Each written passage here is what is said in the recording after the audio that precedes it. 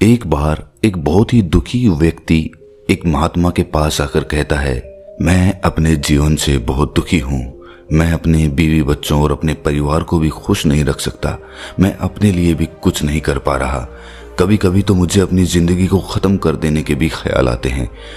आप इतनी साधनाएं करते हैं, इतनी तपस्याएं करते हैं, क्या आप मुझे कोई ऐसा मार्ग बता सकते हैं जिससे मैं अपने बुरे वक्त से बाहर आ सकूं? मेरा बहुत बुरा समय चल रहा है। 2 वक्त की रोटी का इंतजाम करना भी मेरे लिए बहुत मुश्किल हो गया है।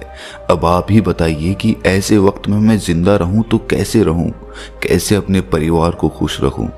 कृपया करके कोई साधारण सा तरीका बताने की अनुकंपा करें ताकि मैं आसानी से समझ सकूं, क्योंकि मैं बहुत पढ़ा लिखा नहीं हूं। अगर आप बड़ी बड़ी ज्ञान की बातें करेंगे तो शायद मैं कभी समझ भी नहीं पाऊंगा। ये सुनकर महात्मा ने मुस्कुराते हुए कहा कि तुम एक काम कर सकते हो मेरा। उसने सामने की तरफ इशारा करते हुए कहा कि उस ऊंची पहाड़ी पर एक मंदिर है और उस मंदिर के पास चींटियों का एक घर है जहां पर हजारों चींटियां रहती हैं। तुम्हें सुनने में बड़ा अजीब लगेगा, लेकिन वो चींटियां उस मंदिर की जमीन को खराब कर देती हैं। उस मिट्टी की उपजाऊ शक्ति वो खत्म कर देती हैं, जिसके कारण वहां पर कोई भी पेड़ या कोई भी घास पनप नहीं पाती है। तुम मेरा एक काम करो, उसके बाद मैं तुम्हें तुम्हारे सवालों के जवाब दूंगा। तुम 7 दिन तक रोज उस पहाड़ी पे जाओ और उस चींटियों के घर को तहस नहस कर दो, उसको तोड़ दो। जब भी तुम्हें कोई चींटियों का घर दिखे मंदिर के आसपास तो उसे वहीं पे तहस नहस कर देना। लेकिन याद रहे, घर को तोड़ने में कोई भी चींटी मरनी नहीं चाहिए। इस बात को समझने का प्रयास करते हुए वो युवक वहां से चला गया। शायद उसको कुछ समझ में नहीं आया था कि महात्मा जी ऐसा क्यों करवा रहे हैं। वो तो उन चींटियों पर अन्याय कर रहे हैं, उनका घर तोड़वा रहे हैं, उन्हें नुकसान पहुंचा रहे हैं। आखिर कौन महात्मा ऐसा करेगा? लेकिन फिर भी उस महात्मा की बात मानते हुए वो अगले दिन से ही पहाड़ी पर जाना शुरू कर देता है। जब वो पहले दिन पहाड़ी पर पहुंचता है तो देखता है कि बहुत सारी चींटियां अपना खाना जुटाने में लगी हुई हैं। सारी चींटियां कतार से चल रही थी और अनाज के छोटे छोटे कण उठाकर अपने घर में जमा करती जा रही थी। ये देखकर पहले तो उस युवक का मन कमजोर पड़ गया। उसने सोचा कि ये इतनी मेहनत करके अपना घर भर रही हैं और मैं इनके घर को तबाह कर दूंगा तो इनको कितना बुरा लगेगा। लेकिन फिर उसने उस महात्मा की बात याद करते हुए उस घर को तोड़ना शुरू कर दिया। जल्द ही चींटियों में हाहाकार मच गया। वो इधर उधर दौड़ने लगी। अभी तक जो कतार में चल रही थी अब वो बिखर गई और इधर उधर अपनी जान बचाने के लिए भागने लगी। थोड़ी देर में घर टूट गया और सारी चींटियां इधर उधर छुपने के लिए भाग चुकी थीं। ये करने के बाद वो युवक दुखी मन से वापस अपने घर पर लौट आया। उसका मन परेशान था, दुखी था, पश्चाताप से भरा हुआ था। फिर उसने अपने बिस्तर में रात में लेटे लेटे ही सोचा कि अब तो उन चींटियों का घर तबाह हो चुका है। अब वहां वापस जाने से क्या प्रयोजन है? अब क्या फायदा होगा? क्योंकि चींटियों का घर तहस नहस करने के लिए महात्मा जी ने कहा था, जो मैं कर चुका हूं। लेकिन फिर कुछ सोचकर अगले दिन उसने फिर से जाने का निश्चय किया और अगले दिन सुबह सुबह उठकर वो वापस उसी पहाड़ी पर पहुंच जाता है। पहाड़ी पर पहुंचकर वो उसी जगह पर पहुंचता है जहां पिछली सुबह उसने उस घर को तहस नहस कर दिया था। लेकिन वो ये देखकर चौंक जाता है कि उन चींटियों ने फिर से अपना घर उसी जगह पर बना लिया था और अब वो फिर से अपने घर के लिए सामान इकट्ठा करने में जुटी हुई थी। उस आदमी को देखकर लगा कि ये चींटियां कितनी मूर्ख हैं।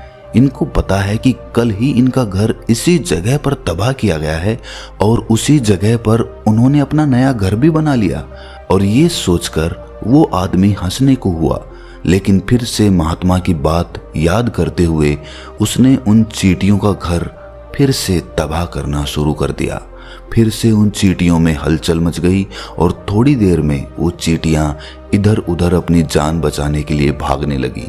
कुछ ही देर में उनका घर फिर से नष्ट हो गया और वो युवक थोड़ा संतोष के भाव से कि इस बार तो मैंने अच्छी तरह से उस घर को तबाह कर दिया है, अब तो वो चींटियां यहाँ पर अपना घर बना ही नहीं पाएंगी, इसीलिए जाने से पहले उसने उस घर पर ठंडा पानी भी डाल दिया ताकि चींटियां वहां पर अपना घर ना बना सकें।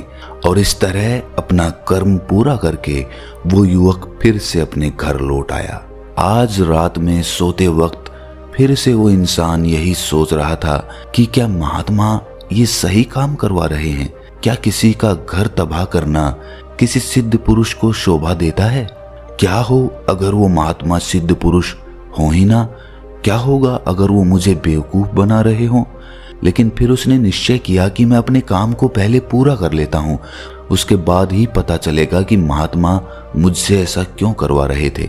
और यही सोचकर वो रात में सो जाता है।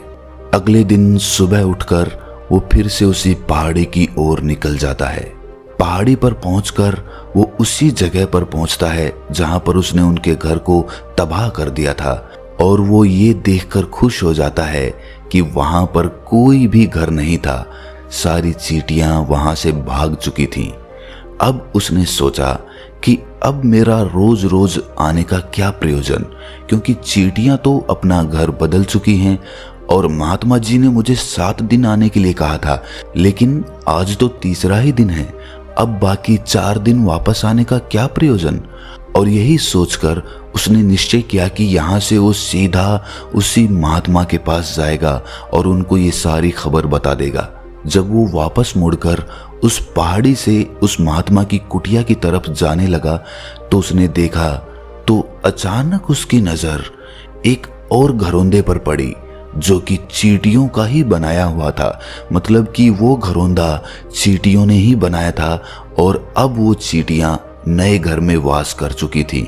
ये नया घर उनके पुराने घर से थोड़ी ही दूरी पर था, और जब उस युवक की नजर उस घरौंदे पर पड़ी तो उसने सोचा कि शायद महात्मा को पता था कि ये चींटियां अपना घर यहाँ से बदलकर किसी दूसरी जगह पर बना लेगी, इसीलिए उन्होंने मुझे 7 दिन आने के लिए कहा था। और ये विचार करके वो उसका नया घर भी तोड़ने के लिए पहुंच जाता है। जब वो वहां पहुंचा तो चींटियां उसी तरह अपने कार्य में लगी हुई थीं। वो अपने लिए खाना इकट्ठा कर रही थी और अपने घर में जमा करती जा रही थी। जो पुराना घर टूटा था वहां भी अनाज के कण बचे हुए थे और चींटियां वहां से भी अनाज इकट्ठा कर करके वापस अपने नए घर में ला रही थी। अब यहाँ पर फिर से युवक का मन थोड़ा कमजोर पड़ गया, क्योंकि वो खुद भी कमजोर था, खुद भी वक्त का मारा हुआ था। इसीलिए उसके मन में उन चींटियों के प्रति दया का भाव उमड़ रहा था। उनके ऊपर उसे दया आ रही थी। वो चाहता था कि उनकी मदद करे, लेकिन वो उल्टा उनको नुकसान पहुंचा रहा था। लेकिन उस महात्मा की बात को याद करते हुए उसने फिर से उस घर को तोड़ने का निश्चय किया, और उसने इस बार बड़ी ही सावधानी के साथ बिना किसी चींटी को कोई नुकसान पहुंचाए वो घर तबाह करना शुरू कर दिया।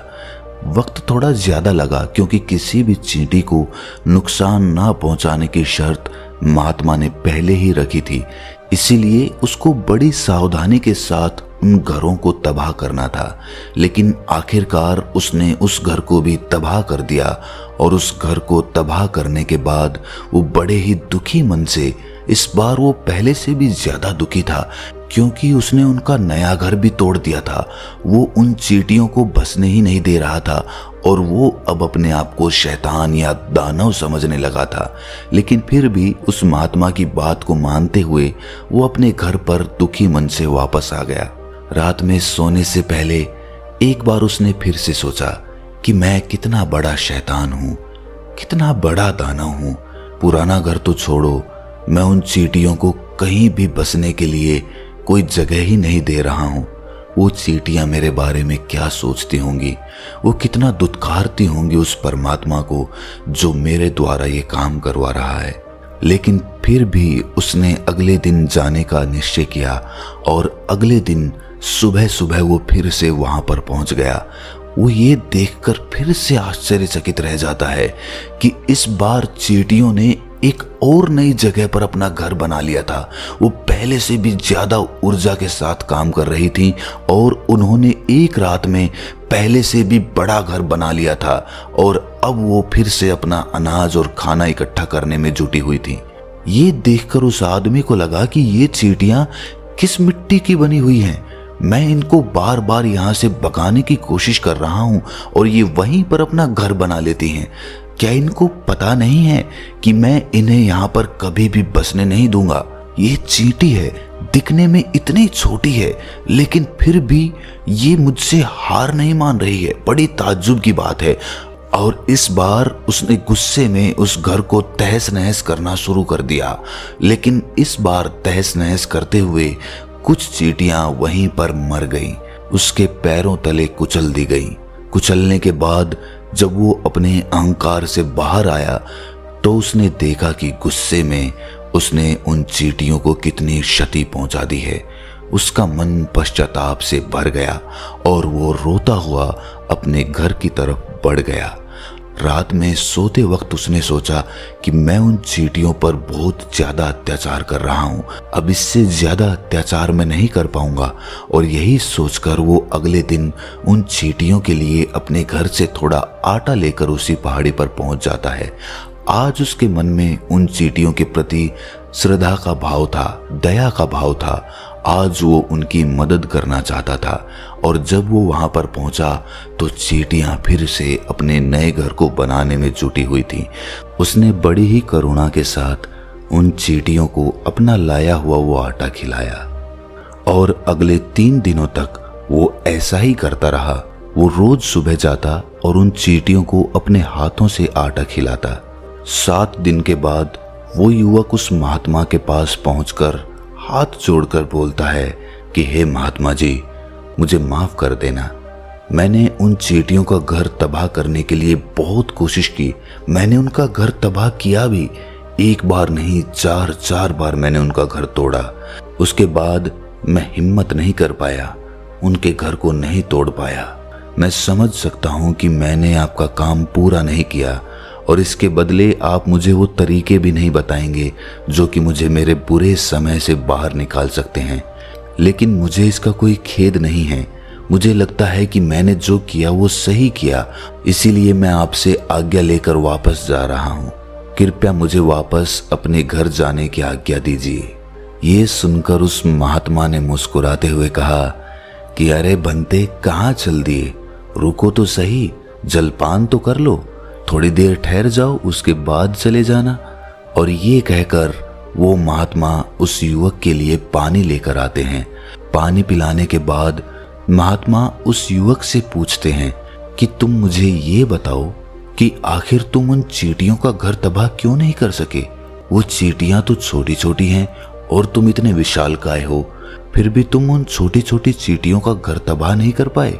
कहाँ है तुम्हारी शक्ति, तुम्हारा बाहुबल? इसका जवाब देते हुए उस युवक ने कहा कि हे महात्मन, मैंने उन चींटियों का घर तबाह कर दिया था, बार बार किया था। एक बार तो अपने गुस्से में उन चींटियों को भी मैंने हानि पहुंचा दी थी, लेकिन जिस दिन मैंने उनको हानि पहुंचाई उसी दिन मेरे को लगा कि मैं इनको क्यों हानि पहुंचा रहा हूं, क्यों इनको इतनी तकलीफ दे रहा हूं। और उसी दिन से मैंने उनको क्षति पहुंचाने की बजाय, नुकसान पहुंचाने की बजाय उनकी सहायता करनी शुरू कर दी। ये सुनकर उस महात्मा ने कहा कि यही तो सीखने की बात है। एक छोटी सी चींटी हमें जीवन का संदेश दे जाती है। मैंने तुम्हें उन चींटियों का घर तबाह करने के लिए नहीं भेजा था, मैंने तुम्हें भेजा था ताकि तुम उन चींटियों से कुछ सीख ले सको। तुम्हें क्या सीख मिली उन चींटियों से, क्या मुझे बता सकते हो? ये सुनकर उस युवक ने पूरी कहानी बयां कर दी। पूरी कहानी सुनने के बाद महात्मा ने मुस्कुराते हुए कहा कि बंते, पहली सीख जो इन चींटियों से लेने की थी वो ये थी कि तुमने कितनी ही बार उनके घर को तोड़ने की कोशिश की, कितनी ही बार प्रयास किया कि उनका घर तबाह हो जाए, लेकिन वो हर बार अपना नया घर बना लेती थी। उन्होंने कभी भी हार नहीं मानी। अगर वो हार मान लेती तो वो चींटियां तुम्हें वहां पर नहीं मिलती। जीवन कार्यशीलता का नाम है, कर्मशीलता का नाम है, लेकिन हम मनुष्य एक दो बार हार मिलने पर ही टूट जाते हैं, हताश हो जाते हैं और फिर जीवन में प्रयास ही नहीं करते। और कुछ लोग तो अपनी जिंदगी को खत्म करने पर उतारू हो जाते हैं। लेकिन जानवरों में तुमने एक बात देखी होगी कि वो अपना जीवन खुद से, स्वयं से कभी खत्म कर ही नहीं सकते हैं। तुमने कभी नहीं सुना होगा कि किसी जानवर ने आत्महत्या कर ली, चाहे वो जानवर कितना ही भूखा क्यों ना हो, कितना ही दुखी क्यों ना हो, लेकिन वो अपने जीवन के लिए हमेशा संघर्ष करता रहता है। लेकिन वहीं पर दूसरी तरफ हम मनुष्य एक दो बार हताश होने पर ही अपना जीवन खत्म कर लेते हैं। जीवन तो कर्मशीलता है, कर्म करने का नाम है जीवन, और मृत्यु आखिरी विश्राम है, परम विश्राम है। इसीलिए मृत्यु से पहले कर्म करना कभी मत छोड़ना, क्योंकि मृत्यु के बाद तो तुम परम विश्राम में चले ही जाओगे। तो उससे पहले कर्म करना क्यों छोड़ रहे हो, क्यों हताश हो रहे हो? अगर तुम्हारा एक घर टूट गया है तो दूसरा घर बनाने का प्रयास करो, कोशिश करो, और कोशिश करने वालों की कभी हार नहीं होती। ये तुम उन चींटियों से देख चुके हो। देखने में तुमसे कितनी छोटी है वो चींटियां और तुम इतने बड़े हो, लेकिन उनका मन तुम्हारे मन से इतना बड़ा है, इतना विशाल है, इतना दृढ़ संकल्पी है कि इतनी बार घर टूटने पर भी उन चींटियों ने कभी हार नहीं मानी। दूसरी सीख यहाँ से लेने की थी, वो ये थी कि जब भी हमारे ऊपर बुरा समय आता है, हमें लगता है कि ये समय कभी नहीं जाएगा, ये समय मेरे जीवन को बर्बाद कर देगा, मुझे कभी नहीं जीने देगा। और अपने इन्हीं ख्यालों से, अपने इन्हीं विचारों से, जिनका असलियत में कोई भी अस्तित्व नहीं है, वो सिर्फ विचार हैं, और वही विचार हमारे मन को दुखी कर देते हैं और इसीलिए हम प्रयास करना भी छोड़ देते हैं। लेकिन तुम खुद सोचो कि बार बार प्रकृति हमें क्षति पहुंचाएगी, नुकसान पहुंचाएगी, लेकिन कब तक पहुंचाएगी? अगर हम बार बार फिर से उठ के फिर से नया प्रयास करते रहेंगे तो प्रकृति भी हमारे सामने घुटने टेक देगी, और वो भी एक दिन हमारे ऊपर दयावान हो जाएगी, कृपालु हो जाएगी, और वो हमें सब कुछ देने लगेगी जिसकी हमने कभी कामना की थी। तुमने खुद देखा कि तुम उन चींटियों को तबाह करने के लिए पहुंचे थे, लेकिन बाद में तुम ही उन चींटियों को अनाज और आटा देने लगे। तुम ही उन पर कृपालु हो गए। क्यों हुए? क्योंकि तुमने देखा कि वो चींटियां हार ही नहीं मान रही है। इसी तरह अगर तुम भी अपने जीवन में कभी हार नहीं मानोगे तो एक ना एक दिन ये प्रकृति तुम्हें वो सब कुछ देगी जो तुम अपने जीवन में पाना चाहते थे। इसीलिए दो सीख याद रखना, कर्मशीलता, कार्य करते जाना, और दूसरा कि एक ना एक दिन प्रकृति तुम्हारे उस कर्म का परिणाम तुम्हें जरूर देगी। तो दोस्तों, कैसी लगी ये कहानी आपको कमेंट सेक्शन में जरूर बताना, और अच्छी लगी हो तो इस चैनल को सब्सक्राइब जरूर कर लेना। तो मिलते हैं अगली किसी कहानी में, तब तक के लिए अपना ख्याल रखें।